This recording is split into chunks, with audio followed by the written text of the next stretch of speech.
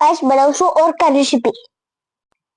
તો પહેલા આપણે ભીંડા લાંબી લાંબી સ્લાઇસમાં કાપી લઈશું। ભીંડા લાંબી લાંબી સ્લાઇસ કરી લીધી છે।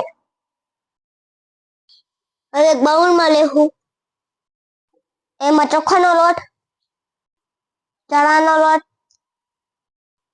કોર્નફ્લોર, સ્વાદ અનુસાર મીઠું, કાશ્મીરી મરચું। હવે બધું મિક્સ કરી દેશું। એમાં થોડુંક પાણી નાખશું। આ બધું સરસ મિક્સ થઈ ગયું છે।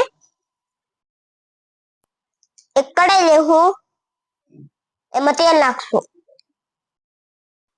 તેલ ગરમ થાય એટલે ઓરકા હવે તળી લેવું। જેને ભીંડા ન ભાવે ને એકવાર ઓરકા બનાવી ખાવ ફૂલ મજા આવશે।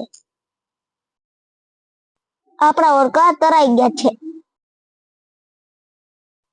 હવે એને બહાર કાઢી લેવું। ઓરકા તૈયાર થઈ ગયા છે, હાલો સોસ સાથે ખાય મજા આવી જાય। કાઠિયાવાડી ગમે કાલે લાઈક કરો, શેર કરો, સબસ્ક્રાઇબ કરો।